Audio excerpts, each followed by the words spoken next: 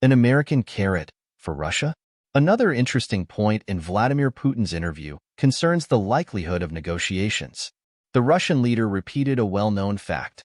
Sooner or later, every war ends at the negotiating table. Earlier is better, even if it is followed by signing a surrender, i.e. the terms for peace. But in addition, Vladimir Putin said that Russia can no longer be bought by Western promises of a new carrot for Moscow. True, there is a catch here, too. He added that this will be the case if the West only wants to buy time to replenish the devastated Ukrainian and Western military arsenals, and then it will rush back into battle. For Moscow, this is completely unacceptable. Thus, if the West is serious, perhaps its carrot could help. Nevertheless, Vladimir Putin is demanding a comprehensive solution that will also take into account the requirements to ensure Russian, as well as Western, strategic security under firm guarantees, not just lip service, as was the case during the time of the last Soviet leader, Mikhail Gorbachev. After the verbal promises made to him, NATO began to expand at an accelerated pace, getting closer to Russia's borders. Then Vladimir Putin stated that now the global South has fully supported Russia and that cooperation with it will continue despite strong American pressure. The president also noted that the times of centuries-old Western colonialism and neocolonialism are long gone for these countries, and that Western dictate is now completely unacceptable for them. Vladimir Putin said on this occasion, "The vampire ball is ending."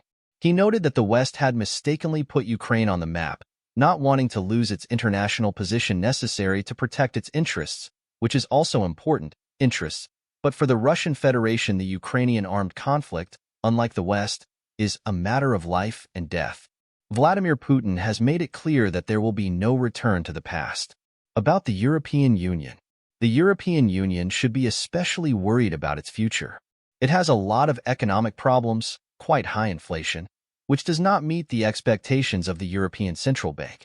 The European Union's energy sector is highly dependent on an increasingly unstable world, and in addition, the migration crisis continues unabated. Now the European Union will have to shoulder the brunt of Ukraine's financing under U.S. pressure. The U.S. Congress is still blocking new funds for Kyiv, although for it the continuation of financial and military aid is a matter of life and death.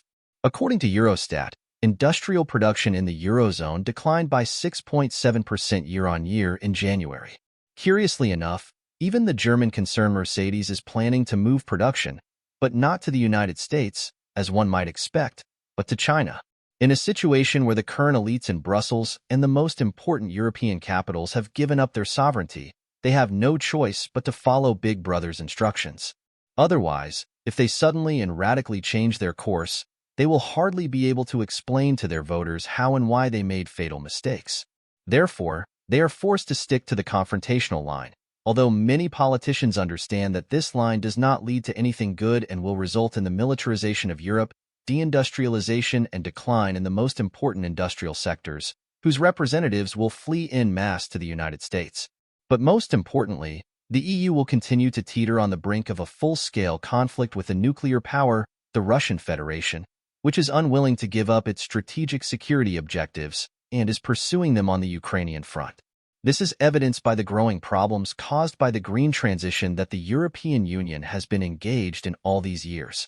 Now, the pace of the green transition is slowing down as it is becoming increasingly expensive, and the pockets of European citizens are gradually emptying. Recently, there have even been calls to abandon the ban on the sale of cars with gasoline and diesel engines from 2035.